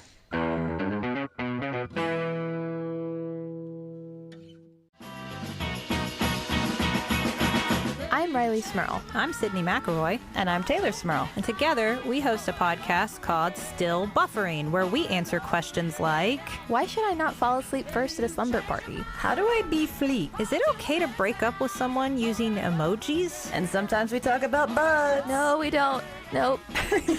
Find out the answers to these important questions and many more on Still Buffering, a sister's guide to teens through the ages. I am a teenager. And I was too. Butts. No. But you change your mind far too many times, over and over again, over and over again. Hey, I'm Jared Hill, co-host of the brand new Maximum Fun podcast, Fan Time. And I'm Travell Anderson. I'm the other more fabulous co-host, and the reason you really should be tuning in. I feel the nausea rising. To be Fan-Tie is to be a big fan of something, but also have some challenging or anti-feelings toward it. Kind of like Kanye. We're all fans of Kanye. He's a musical genius, but he thinks slavery is a choice. Or like the Real Housewives of Atlanta. I love the drama, but do I want to see black women fighting each other on screen? Ew, to the nah, nah. We're tackling all of those complex and complicated conversations about the people, places, and things that we love. Even though they may not love us back. Fan Time, Maximum Fun, podcast. Ow. Stuart, I believe you have our first advertisement from a sponsor this week. Yeah, so these folks are helping us keep the lights on here at the Flophouse, and these folks are Squarespace. Squarespace is a great way for you to build a beautiful website. You can turn that cool idea that you have into a website. You can turn that crazy idea that you're currently thinking of to ask us about in a minute into a website. You can sell stuff, whatever. So Squarespace does that by giving you templates by world-class designers. Things are optimized for mobile right out of the box, so you don't have to worry about dealing with, a website that doesn't work right when somebody's just trying to check it out on their phone. It's free and secure hosting. Just make sure that you head over to squarespace.com/flop, F-L-O-P, for your free trial. And when you're ready to launch, use the offer code FLOP, that's right, F-L-O-P, to save 10% off of your first purchase of a website or domain. Now, Stuart, I had a question for you since you just did that Squarespace ad. Sure, yeah. I had an idea for a website, and I'm hoping Squarespace can help me with it. Probably. And it's called, so this is www.newnicknameornot.com. Sure, yeah. And it's your place to go to for your help with crafting and distributing and getting people to use your new nickname. Cool, perfect. I was really inspired by this guy calling himself the Rumble, which feels very much like a self-given nickname that nobody else is using. He cannot get it to work. Everyone's still calling him Darius or Grump. They're not calling him that's the not Rumble. even his last name.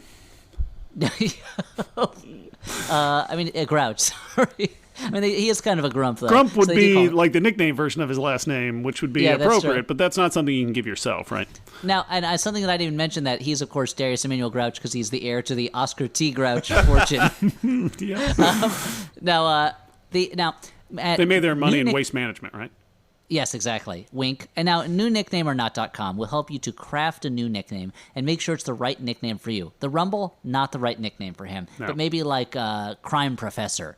Could be, or like Whiskey Johnny or something like that, or like a Cigar Boy. Fraser Crane. Or Fraser Crane. Perfect. It's a made-up name that doesn't make any sense. And Whiskey Johnny sounds like slang from the 20s. Like a dad would say to his daughter, be like, I don't want you hanging around in the pub with all those Whiskey Johnnies. That's the thing, is like, that's a self-fulfilling prophecy at that point, because then you're just putting in the idea of Whiskey Johnnies in her head. Well, that's the thing, you gotta, a restrictive upbringing is only going to make it seem all the sweeter. Yeah, that's true. That's very true. Thank you for mentioning that. Keep that in mind, Elliot. Take some more parenting advice from Stuart and Dan.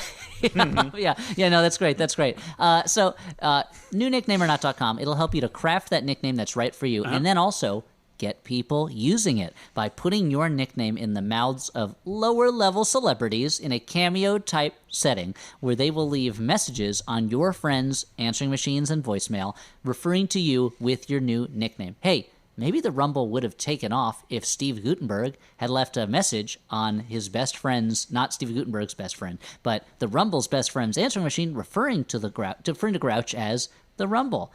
You got to listen to the Goot, right? So that's newnicknameornot.com. That's the website I'm hoping to put together. Stuart, can Squarespace help me with that?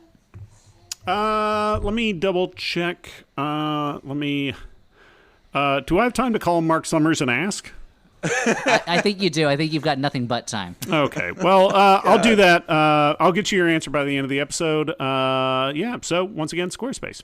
This Flophouse podcast of ours is also sponsored by Hellofresh. It is America's #1 meal kit. Hellofresh cuts out stressful meal planning and grocery store trips so you can enjoy cooking and get dinner on the table in about 30 minutes or even less. The packaging Hellofresh uses to ship your food is almost entirely made from recyclable and or already recycled content, and you can easily change your delivery days or food preferences and skip a week whenever you need.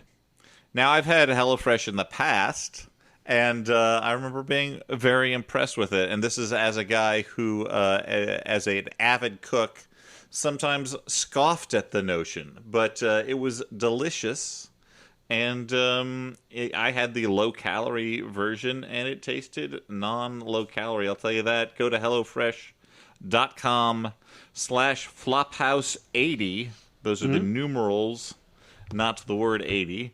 And use code FLOPHOUSE80 to get a total of $80 off your first month, including free shipping on your first box. Additional restrictions apply. Please visit HelloFresh.com for more details. That's HelloFresh.com/FlopHouse80 for $80 off your first month. I thought it was Flophouse 80 because I was born in 1980, but I guess not. Oh, wow. I mean, maybe it is. We'll find. I mean, you don't have to make me feel better, you know. It's okay. I'm glad you missed those turbulent 70s. Those 2 years I spent in the 70s were just... Yeah. I don't remember a lot. I just remember a lot of crying and earaches, so I assume that was Jimmy Carter's fault. I mean, I assume you don't remember it because you were so coked up. Yeah. You know. So, guys, let's get out of those ads and into another ad. We've got a Jumbotron to read. Hey, guys, it's the best size of Tron, Jumbo. Stuart, would you like to do the Jumbotron intro sound? Thank you. Ever have a friend or friends insist a movie is bad that you know is great? Like, say, Mordecai, Solo, The Paperboy, Rules Don't Apply? Now there's a movie podcast for you. The World is Wrong is a very positive podcast about films the world is wrong about. Andros Jones and Brian Connolly champion films that have been misunderstood, maligned, and ignored by critics, audiences, and podcasts we love like The Flophouse. There's a place for a podcast like yours and a place for a podcast like ours. There's a place for us. Check out and subscribe to The World is Wrong podcast wherever fine podcasts can be found. www.theworldiswrongpodcast.com is the website. So, guys, I'm very curious to find out why they think a few of those mentioned are good movies when they are not good. But hey, that's the intriguing. Yeah, you'll have to listen, yeah. That's the intriguement. I gotta listen. And we also have a personal Jumbotron. This is a message for Nikolai, and it comes from Mikhail, or Michael. It's either Michael or Mikhail. And the message is, hey, big brother, gifts are hard, and there's no way I'm going to top Trogdor the board game, but I thought it might come close if I gave you a nice podcast surprise and the thrill of hearing one of our favorite hosts say Booterscotch. I love you dearly. Happy birthday. P.S. I picked the Flophouse because it reminds me of our rides to work together. Two things about that message. One, it was supposed to run before August 30th for reasons unknown to us, except maybe related to the fact that the world has been falling apart, and lots of things have been slipping off our minds. It clearly is after August 30th, but we're running it now, so we're sorry about that. But also, I don't know what that word you have me say was, and I'm worried about what it meant, so I will not be repeating it. But happy belated birthday, Nikolai! There's another thing, this is not a Jumbotron, that we'd like to promote. Hey, guys, do you remember when we did a live over Zoom show where we talked about Howard T. Duck, the movie about Howard the Duck? I remember that happening. Stu, do you remember that, or have you erased it from your mind, Eternal Sunshine style? I did that. What is he using that, like a laser beam? How does that work? Yeah, he puts his head into the laser that they use to scan your groceries, and it just takes out that part of his brain. Oh, okay, that's cool. Like Total Recall style, right? Yeah, exactly. That's what they did in Total Recall, too. He was just at the grocery store, and they erased his memory. There's a lot of things in common between Eternal Sunshine of the Spotless Mind and Total Recall. Like, Michael Ironside is great in both of them. There's Martians. They both go to Mars. Yeah. So, guys, I wanted to promote, we're going to do another live show. That's right, another live over Zoom show on October 24th, just 1 week before Halloween. That's right, October 24th, 9 p.m. Eastern, 6 p.m. Pacific. As Dan mentioned when we were talking about it, the perfect time to not be exactly the right time that people on either coast would want to watch a show. But hey, that's when we've got to do it. We didn't invent time zones. Blame the sun and the orbit of the Earth, and also the way the Earth rotates. So that's October 24th, 1 week before Halloween, 9 p.m. Eastern, 6 p.m. Pacific. It's going to be another live show. The three of us dudes just doing presentations like we would at a normal show. We'll probably have some sort of charitable element that we are throwing interest towards. And Dan, what movie are we going to be doing? Should we announce it? We will be talking about The Exorcist 2, The Heretic. Whatever that means. I mean, I know what the word heretic means, but I don't know in the terms of Exorcist 2 what it means. This is a movie none of us have seen, so it's a real grab bag. Who knows? It's a mystery box, so you know J.J. Abrams is going to tune in. That's October 24th, 9 p.m. Eastern, 6 p.m. Pacific. We're just going to be talking live. You'll see it'll be streaming through the Flophouse YouTube page. All I know about Exorcist 2 is that book, The Golden Turkey Awards, that the Medved brothers wrote before they became crazy conservatives, or at least one of them. I don't know what happened to the other guy. But is that Exorcist 2 was listed as the second worst movie of all time in that book after Plan 9 from Outer Space, which was that book was kind of what catapulted that film to cult success at the beginning of the real like bad movie craze, the ironic bad movie craze. Maybe this live show will give Exorcist 2: The Heretic a bump, and we'll check it out. We'll see. I also want to promote one more thing. This is just for me, guys. Okay, yeah. Hey, I've got a new kids book coming out. It comes out September 29th. It's called Sharko and Hippo. The art is by Andreas Arumi, who's a fantastic children's book illustrator and just artist all around, and also children's book writer. It comes from Balzer and Bray, a division of HarperCollins. So go to the HarperCollins website and pre-order it right now if you want to, or pre-order it through your local independent bookstore. That's Sharko and Hippo, coming out September 29th. It's a story of verbal confusion between a shark and a hippo. So I think you're going to like it. If you like words that rhyme, and I know I do, get ready for Sharko and Hippo. Handle it? What a sales pitch. Cool. So what do we do next on this podcast, Dan? Next, we take letters from listeners, and we don't just take them, we read them on the air. Cool. Okay, I guess if you want to. This one is from Jackie, last name withheld. Collins? Jackie Brown. And Jackie writes, "Hi, Peaches. I recently watched the emotional and nostalgic film A Beautiful Day in the Neighborhood. It's about a jaded writer assigned to a profile of the beloved TV host, Mr. Rogers, played by the equally beloved Tom Hanks. The plot's movie is framed using a metaphoric episode of the show where Mr. Rogers explores the writer's own emotional issues of a traumatic childhood from his absentee father and the pressures of his own new parenthood. It didn't really work for me. It came off more weird than rewarding. But that said, I don't blame them for trying such a narrative device. I think a full-on biopic of Fred Rogers would have been cloying, and if you're going to do a broken person reluctantly befriends a wonderful weirdo who fixes their personal life, why not dip into familiar and beloved elements to move a pretty by-the-books plot along? What's an example of a plot device that doesn't really work in film, TV, book, or whatever for you guys, but you respect it for trying?"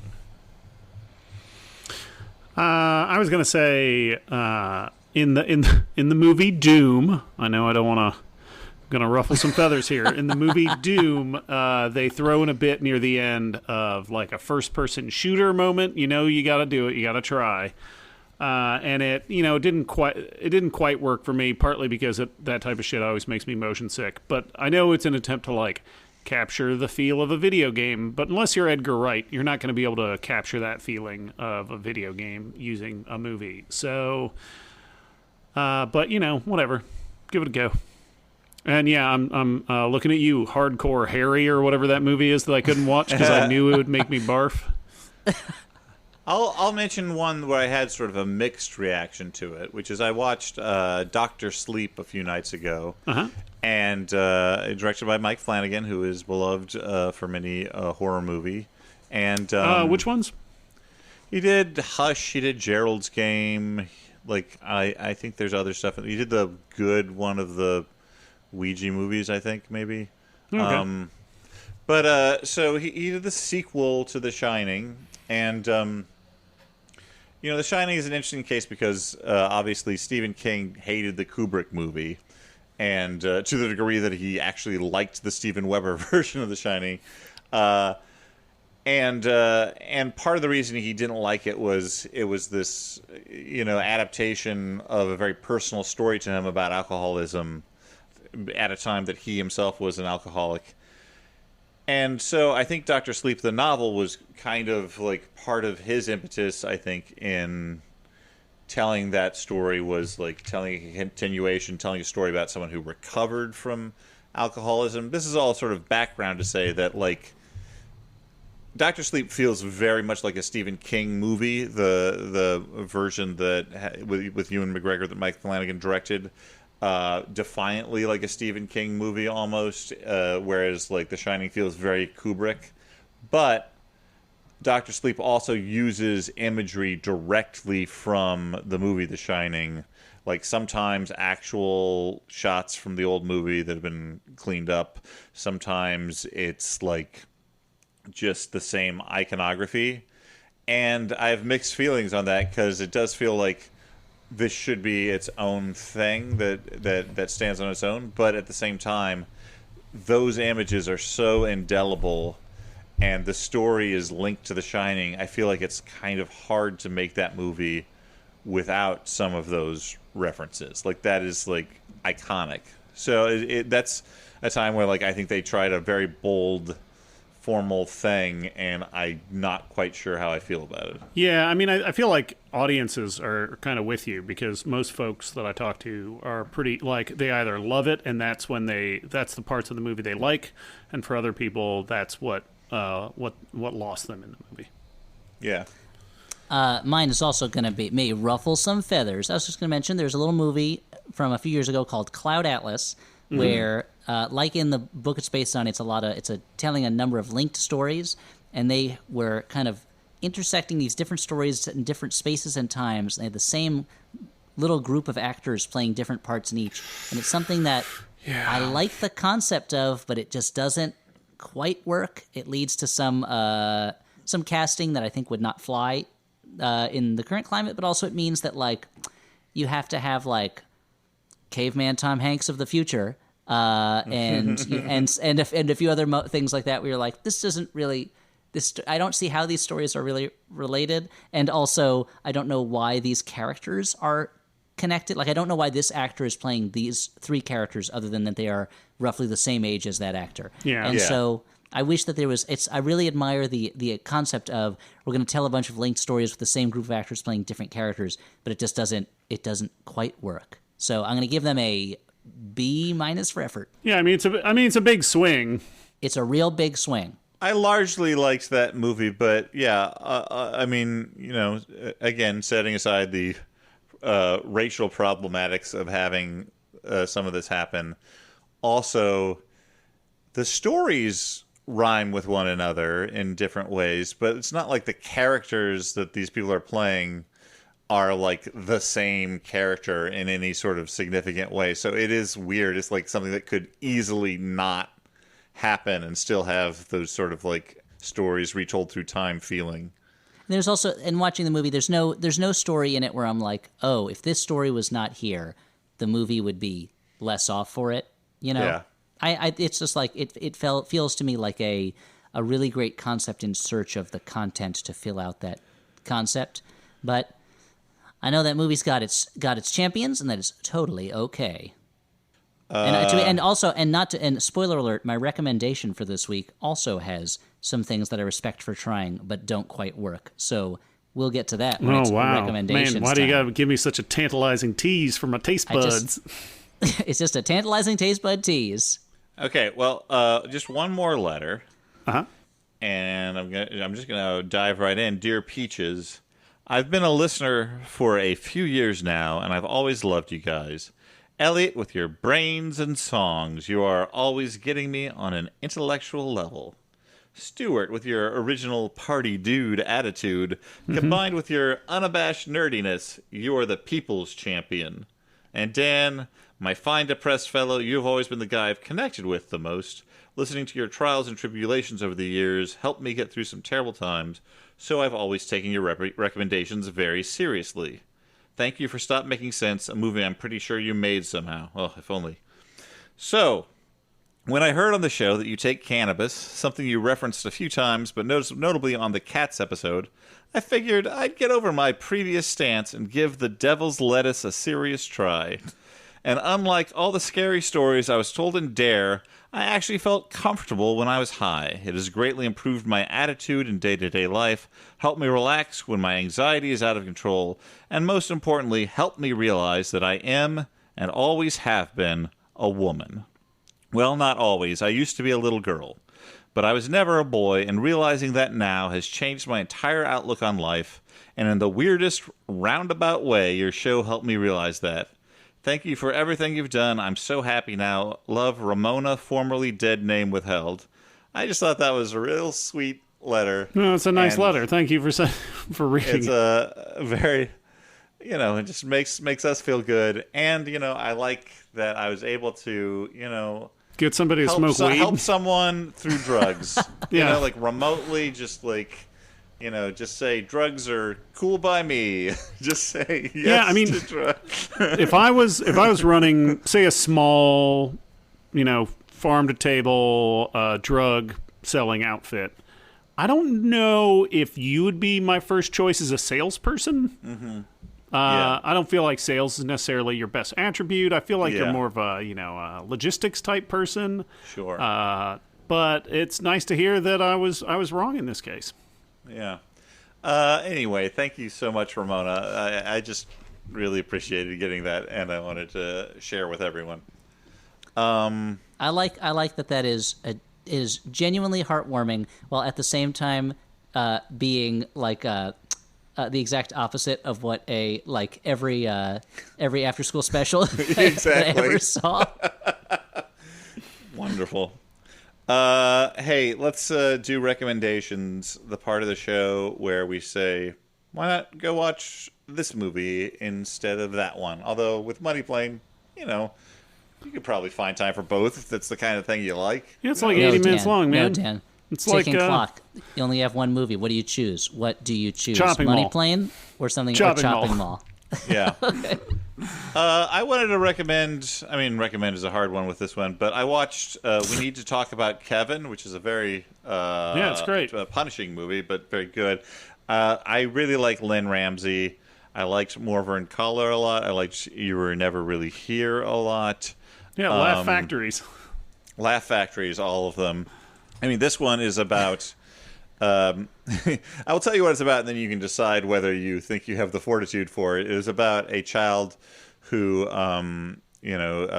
kills a bunch of his fellow students, and it is focused on his mother, played by Tilda Swinton, who is shown both sort of in the days and years leading up to these murders and the time afterwards, and showing how she's a pariah afterwards, blamed by almost everyone who lives in this community, and how beforehand she was not happy in her life. This child, Kevin, was a very difficult child in many ways, and even from the start, she had ambivalent feelings about motherhood, and it's just an interesting dive into her psyche because, she obviously...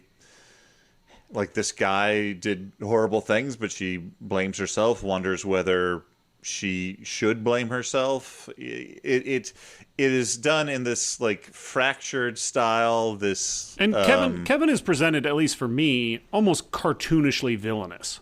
Yes. And so I think part of that, too, is, that puts you inside her mind. Is this real? Is this just the way she sees this child who is... cruel to her? Where does the cruelty come from? Was he born with it? Was it because he could sense somehow that he was unloved? It's a movie that asks a lot of very depressing and interesting questions and puts you in the mind of her as she kind of dissolves under the weight of them.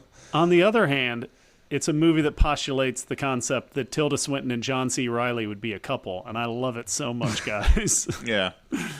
Anyway, I thought it was a great movie, and also weirdly moving at the ending. So that's mine. We Need to Talk About Kevin. Yeah. I'm going to recommend a movie that came out a little bit ago on Netflix. I don't think we recommended it yet. I'm going to recommend Spike Lee's new movie, Defy Bloods. It's part hangout movie, part war movie. Part a comment on the current not the current conversation about race. It's a movie that talks a lot about the American war in Vietnam, and I am in no position to really comment on how accurate it is, but it feels like it's attempting to say something in a different way about that war. And it's got probably some of the best performances from a group of great actors. Delroy Lindo in particular is incredible, and it's great. And with the passing of Chadwick Boseman, it makes his performance almost right now, it's gut wrenching just thinking about it. So yeah, it's a little long, but I think it's worth the trip. Defy Bloods. As mentioned in our answers to letter cues, I'm going to recommend a movie that I feel like tries some things that don't really work, but there are a number of things that do work in it. And that movie is Motherless Brooklyn, the adaptation that Edward Norton worked on for years and years of the book Motherless Brooklyn, and that finally came out last year, where it functions less as an adaptation of the book and more as a Elseworlds story, for anyone familiar with those, where the main character from the book has been removed from the original setting and put in the 1950s. And the ambition in it is Edward Norton is basically trying to use the loosely fictionalized version of the story of Robert Moses to do like what Chinatown did for LA for New York, and he does not succeed in that. It is not the Chinatown that New York deserves.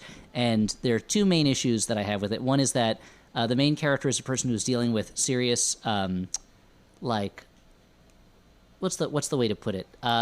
Essentially a form of Isn't it Tourette's?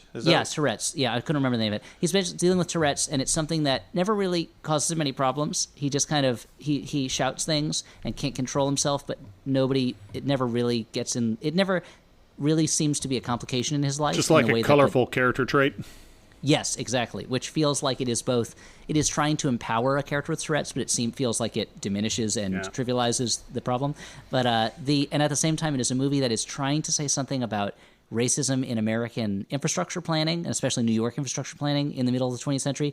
But the characters are so comfortable with characters of other races, and there's none of the awkwardness that comes between people of different races interacting, that you're like, oh, this is a movie about racism by someone who doesn't really seem to like get the experience of racism. That being said, it is a really well-made movie in a lot of ways, and there's a lot of great sequences in it. The score in it is fantastic, and if you remove the movie from its ambitions, it is a really well-made, kind of well-put-together kind of mystery period movie. And I actually enjoyed watching it a lot, and it was just like you can always feel the gap between what it is attempting and what it is pulling off.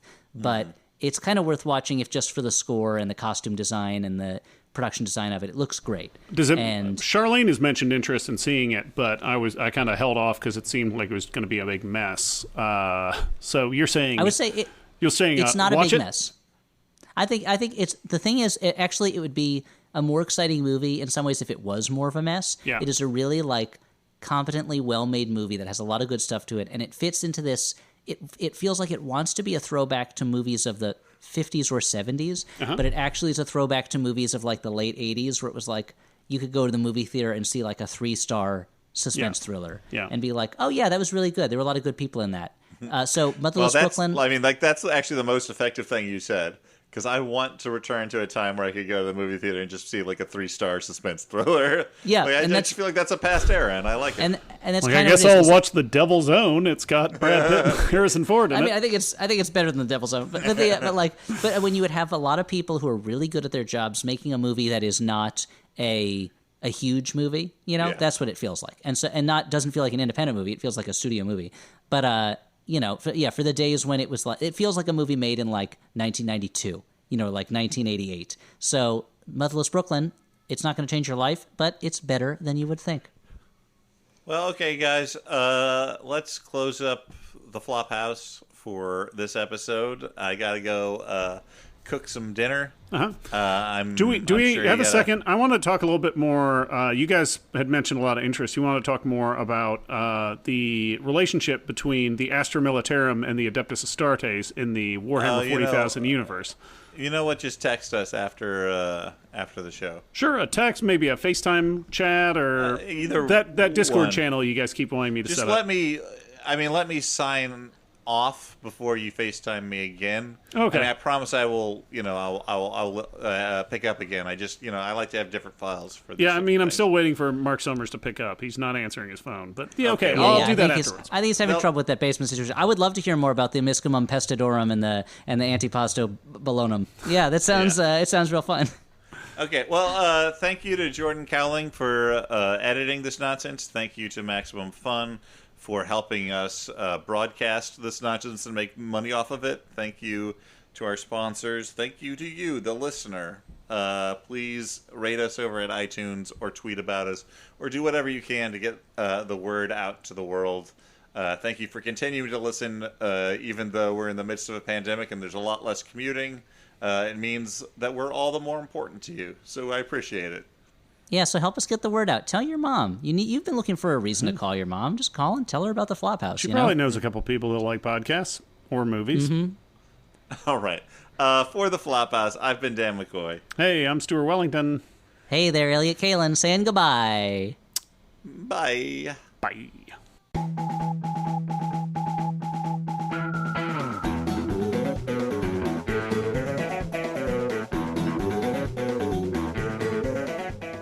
On this episode, we discuss Money Plane. What happens when you videotape a live-action role-playing game of Leverage?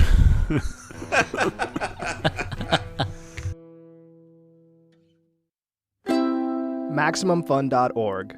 Comedy and culture. Artist owned. Audience supported.